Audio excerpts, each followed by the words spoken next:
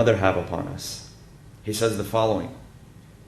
He says, "The right of your mother is that you should know that she carried you where no one carries anyone, and she fed you with the fruit of her heart, that which no one feeds anyone. And she protected you with her hearing and sight, and her hands and legs, and her hair and skin, and all her organs. She was happy and eager, enduring the harm and the pains, and the heaviness and the grief, until the mighty hand expelled you out of her and delivered you out to the earth.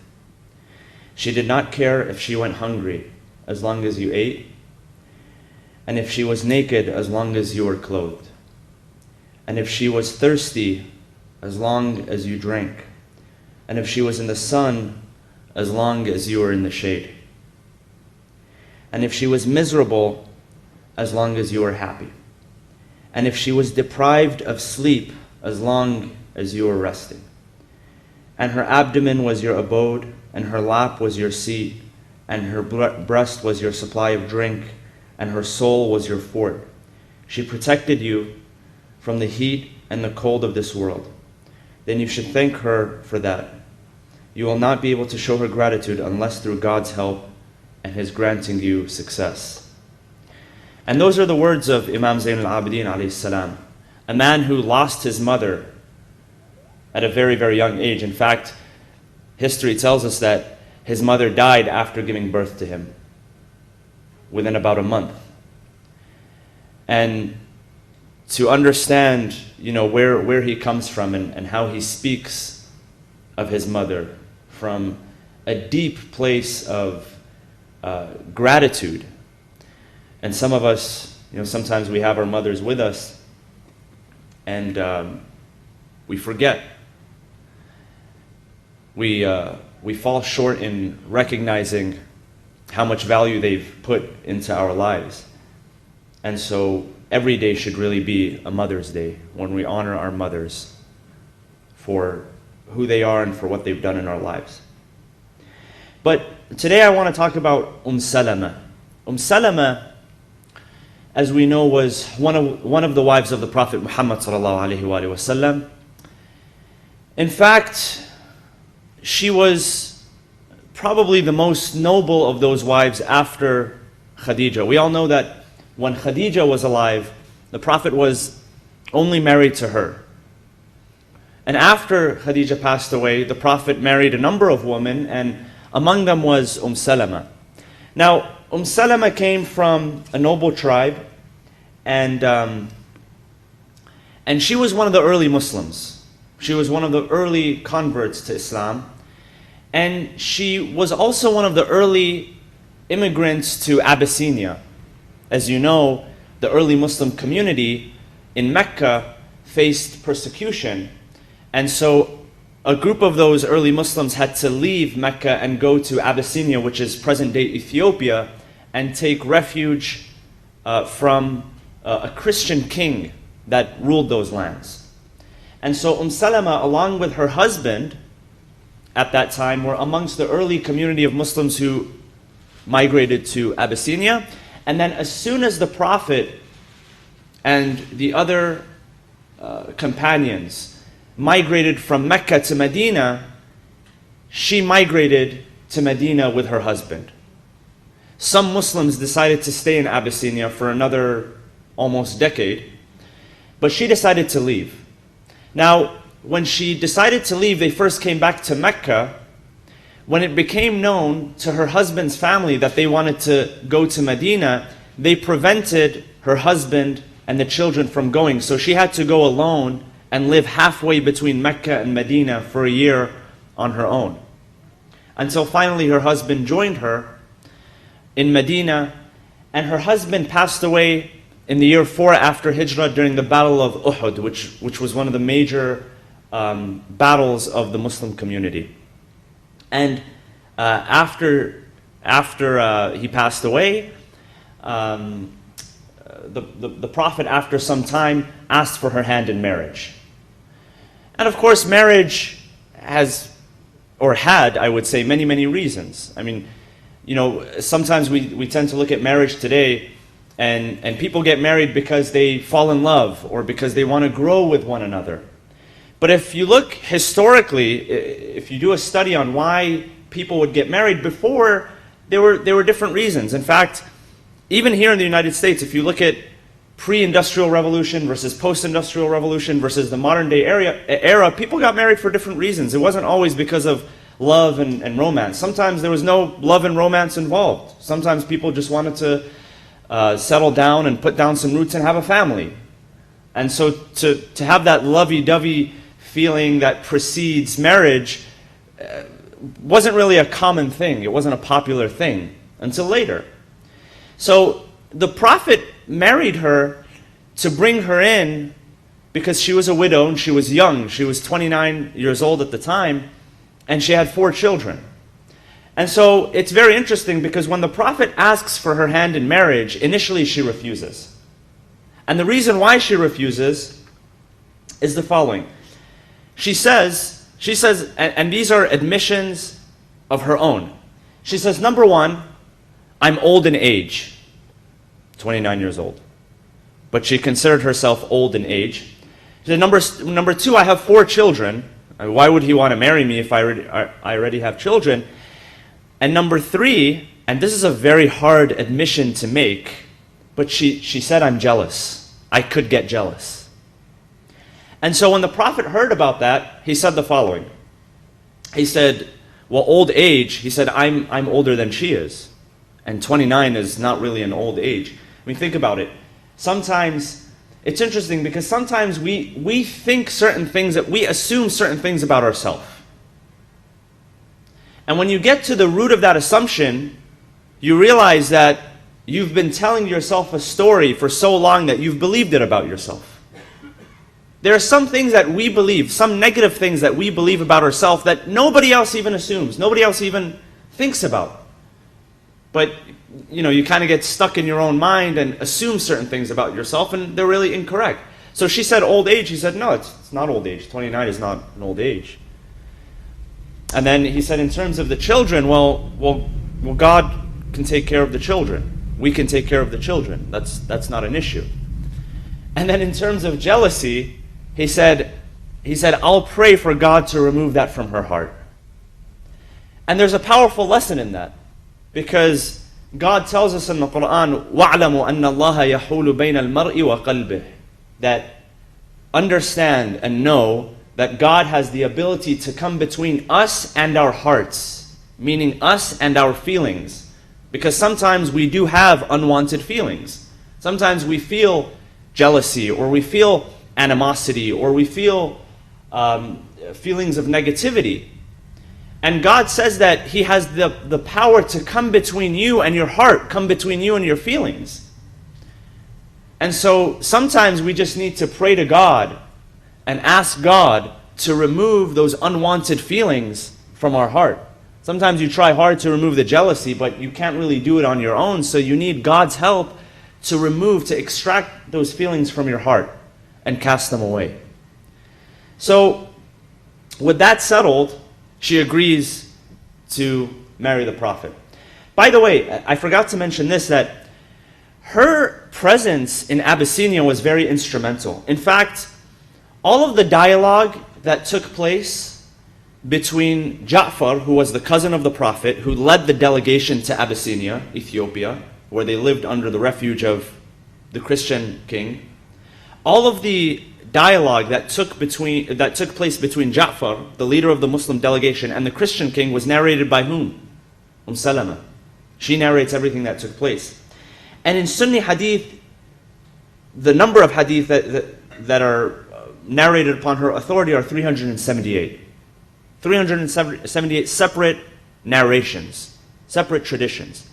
So she was an influential lady in narrating the events of her time. So the Prophet married her, but in that there's an important lesson, that she was very honest and authentic in herself. I mean, she spoke about the jealousy that was in her heart. And sometimes we look at jealousy in ourselves. or certain feelings that we have as a sign of weakness, and because of that we don't mention them. So, they say that when you're in an interview process, sometimes you get asked the question, what's your biggest weakness? And the really cliche thing to say is that I'm a perfectionist, right? So what a lot of people say is, my weakness is that I'm a perfectionist. And they tell you not to say that in an interview because that's not, that's not really a weakness, right? You're trying to say something, but then again, you're trying to say that I'm perfect. And that's not the right thing to say in an interview. And the point behind that is that people just aren't willing to talk about their weaknesses. And understand that sometimes it's okay to talk about your weaknesses, but that doesn't mean that you need to put yourself down. See, some people are on this side and some people are on that side. And that either they don't talk about their weaknesses at all, or if they talk about their weaknesses, they're constantly putting themselves down. And we need to understand that all of us have weaknesses, but that doesn't mean that you mention your weaknesses in a way that you put yourself down. Think about it. When we do talk about our weaknesses, we're sort of we degrade ourselves in a way. And so there's nothing really special about really degrading yourself. And so we have to kind of learn grace with ourselves and understand our weaknesses, but to move forward from our weaknesses to our strengths.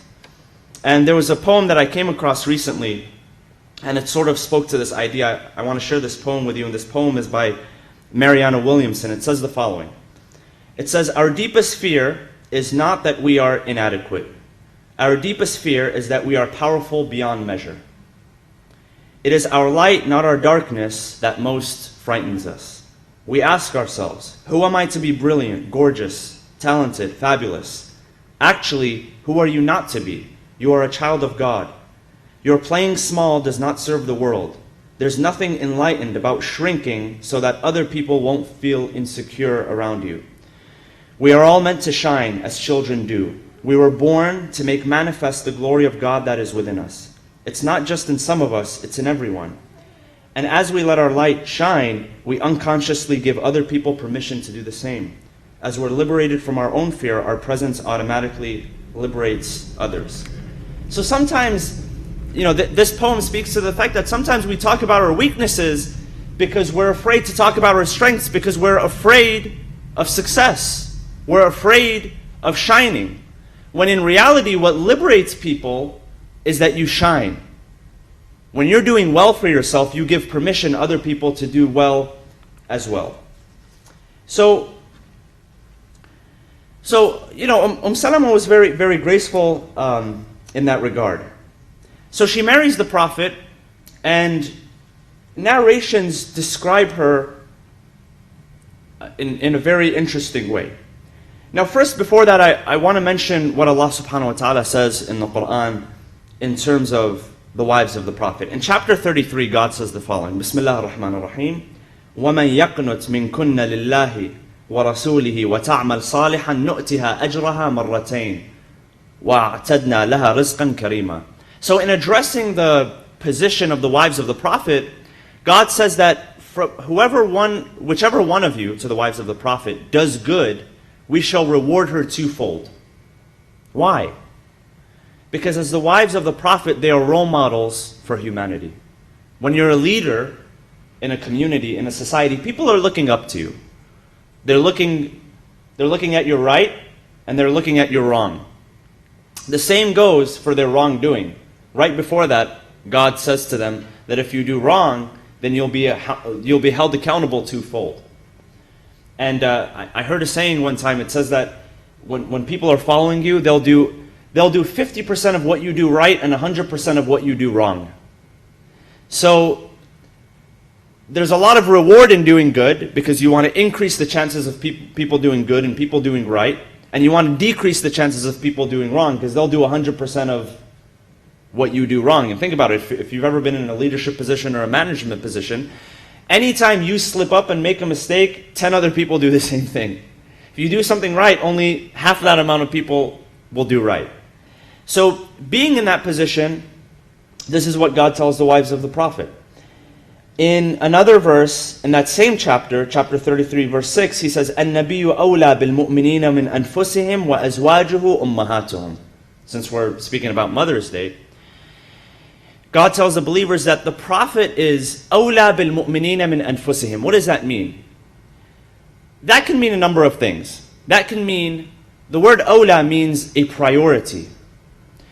And in the context of this verse, what it means is that he is more of an authority upon themselves than themselves. And there's a narration that explains what that means. It means that the Prophet one day tells a group of companions, he says, none of you has complete faith, not any faith, but complete faith, until you love me more than you love yourself, your family, your wealth, and everything that you have to own. Think about that. Loving the Prophet, loving the Ahlul Bayt more than we love ourselves, more than we love our family, more than we love our possessions, our belongings, our wealth. That's powerful. How many people can claim to love God or to love the Prophet more than they love themselves, more than they love their own children, more than they love their family members? So that speaks of complete faith.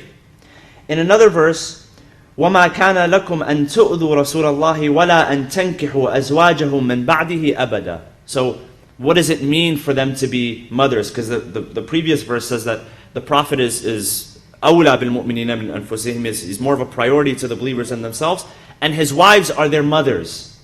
The wives of the Prophet are looked upon as the mothers of this nation. And what this verse does is that it affirms the centrality of the Prophet in Muslim life, and not just his centrality, but his spiritual fatherhood. And so if he's looked at as a spiritual father, then the wives are looked at as mothers, but another verse comes and describes what that motherhood actually refers to. It's not the same position as the Prophet.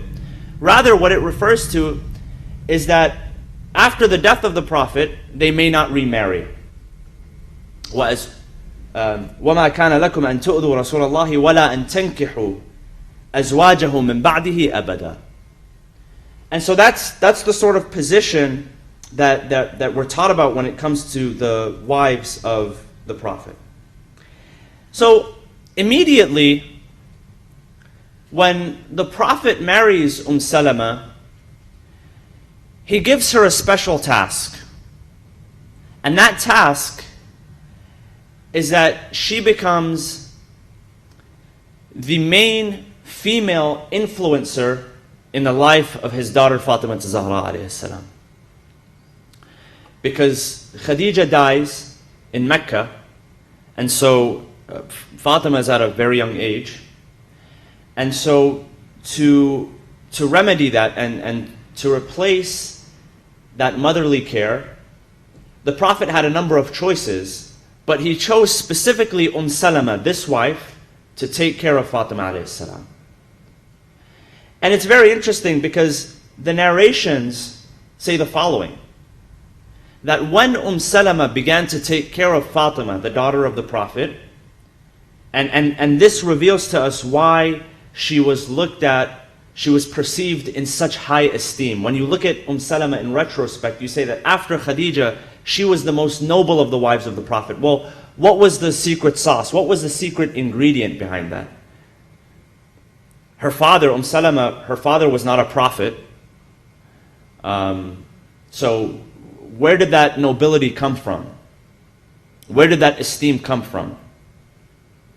Salama says the following: that once I began to take care of Fatima alayhi salam, that I began to learn conduct and behavior from her. Fatima alayhi salam became a primary influencer in the life of Salama. And it's for that reason that she's looked upon in high esteem.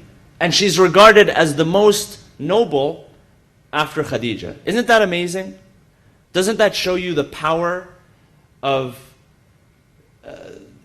and the significance of the conduct and the behavior of Fatima alayhi salam, that she's a young lady and she influences the lives of people that are older than her. And Salama had children that were almost as old as Fatima Zahra alayhi salam. But Fatima becomes an influencer in the life of Salama, that she begins to teach her conduct, and she begins to teach her knowledge, and she begins to transfer to her knowledge, and she begins to teach her character and morals.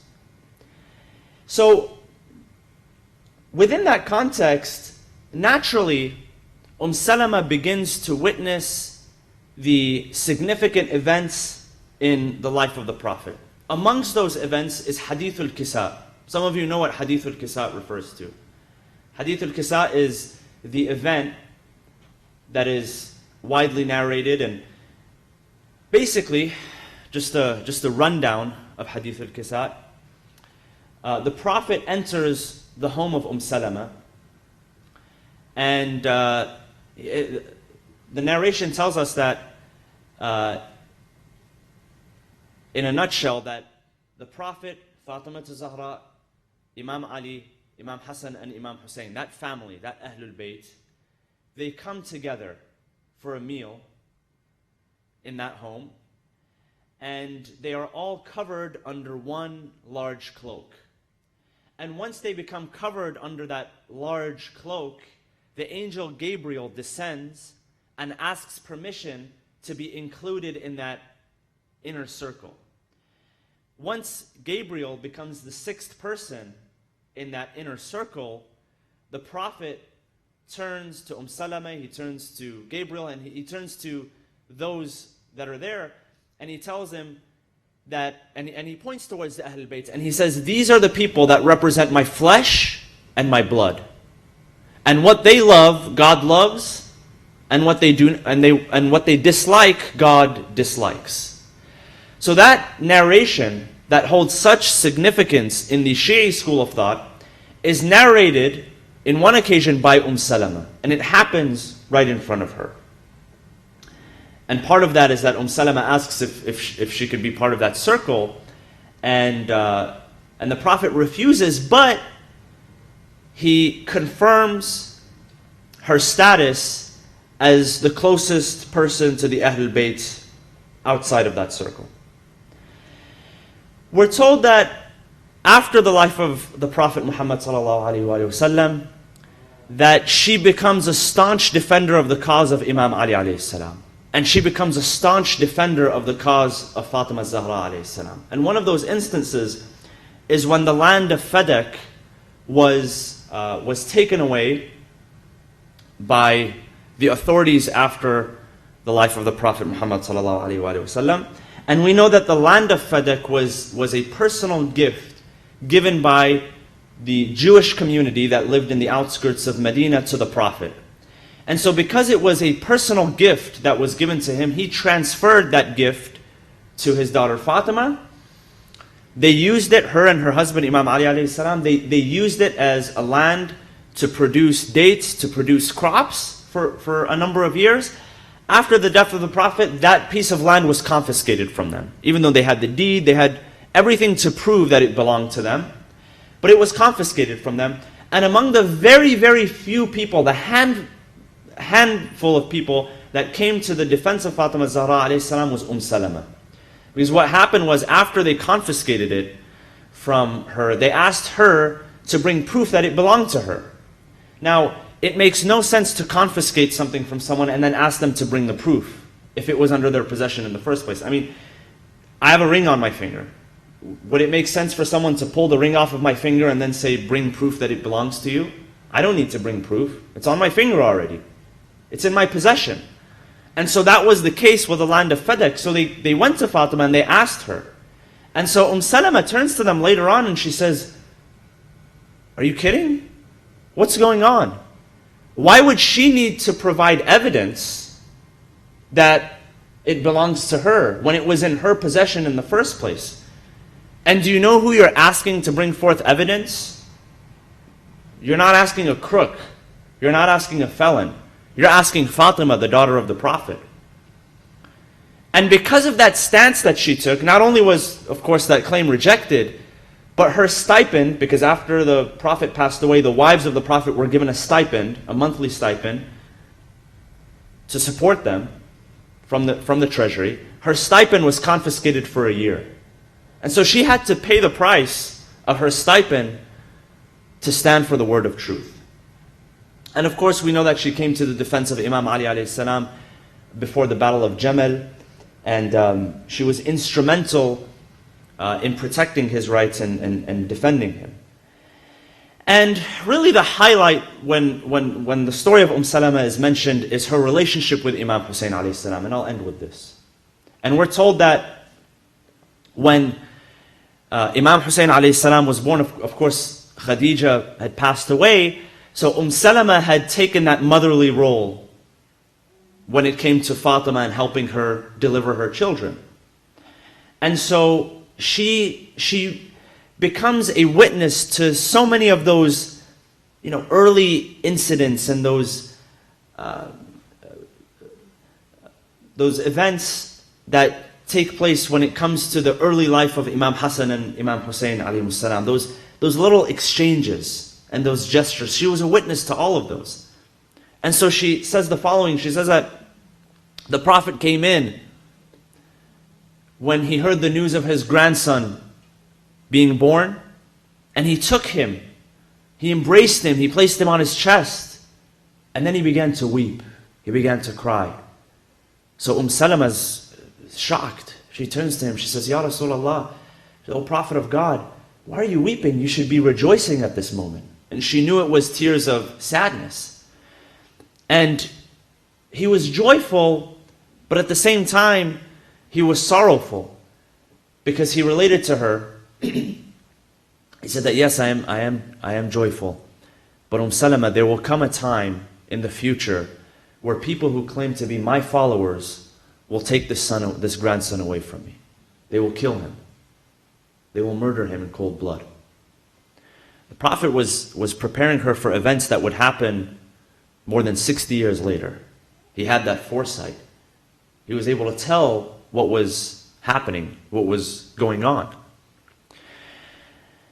And so she becomes like a mother or a grandmother figure to the grandchildren of Rasulullah. Another narration says that one day the Prophet, he retreated to his private living quarters, and he asked Salama to kindly refuse anyone who would come and want to visit him. Of course, people wanted to come and visit with the Prophet and sit with the Prophet and ask him questions, and he was in demand at that time, but he wanted to take rest, and so he went back to the private quarters, and he asked Salama, he said, listen, anyone who wants to come, just tell them that I'm resting. Just politely refuse them, tell them to go away. And so Imam Hussein comes in, he's a toddler, just a few years old, comes tumbling in.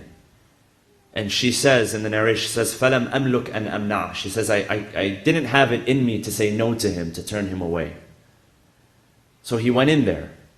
And after a few moments, again I heard the Prophet weeping. And so I turned to him. I figured, what's going on? I mean, did he fall? Did he trip? Did he get hurt? What happened? She goes inside, and the Prophet, he says again, that there will be a community of my people in the future that will strip my son away from me, that will take my son away from me. And the Prophet wanted her to know what was going on in the life of his grandchildren. And so the famous narration is that he gave her basically what in the hadith is referred to as a qarura, which is a glass bottle. And in that glass bottle was sand. And that sand was brought to him by the angel Gabriel. And that sand was from the land of Karbala. And the sign, what was significant about it, that the Prophet said to Salama, was that keep this glass bottle of sand with you. One day, when Hussein is not here, this glass bottle, the contents of this glass bottle will turn from sand into blood. And know that when it changes into blood, that my grandson Hussein has been murdered. And so, the first person outside of Karbala to know that Imam Hussein was killed was Salama. That's the kind of relationship that the Prophet had with her. She was not only his wife, but she became his confidant. She became a trusted lady. She became an advisor. She became an upbringer. She became a lover of his children and his grandchildren. She became a narrator of his tradition. She became an advisor to the companions after his death, after the death of Imam Ali even. She would go to the influential companions and she would remind them of the way of the Prophet. She would remind them of the way of the Ahlul Bayt. She even gave her own children. She had a number of children. One of her sons was Umar ibn Abi Salama, and he became one of the lieutenants of Imam Ali alayhi salam. He became the representative of Imam Ali, a defender of Imam Ali. And so from that time, and it's very interesting, and I'll close off with this, the narration says that during the life of her husband, when her husband was alive, the Prophet had taught that early community of people, and specifically her, he had taught her a special prayer. That whenever you lose something, the Quran says that those who lose something or experience a tragedy, what is the phrase that we say? Inna lillahi wa inna ilayhi raji'un. To God we belong, and to Him we return. Every time we experience a loss or a tragedy, bereavement, we say, to God we belong, and to Him we return. Inna lillahi wa inna ilayhi raji'un. Meaning at the end of the day, now you don't abandon your feelings and say what you feel the way you feel, but you remember at the end of the day that we all belong to God and we're going to return to God. So he taught her that. He said, any time you're afflicted with something, especially with a loss, make that prayer and then follow up that prayer and say, oh God, give me something which is better. Replace what was taken away with that which is better. And so she remembered that when her husband passed away. And her husband was a great man. He was one of the early Muslims. He was one of the early immigrants. And you're willing to give up your entire livelihood, everything that you have, leave it behind, and migrate to Abyssinia, and then come back to Mecca, and then go from there to Medina with all that uncertainty, fight alongside the Prophet, give up your life at a young age. He was a very, very noble man. But when he passed away, she had made that dua, she had made that supplication, she had said that prayer, and so the Prophet came into her life as her guide and as her protector. And so the Prophet coming into her life was the result of a sincere prayer that she made at the time of loss. And sometimes when we lose something, you don't want to pray, you don't want to do anything.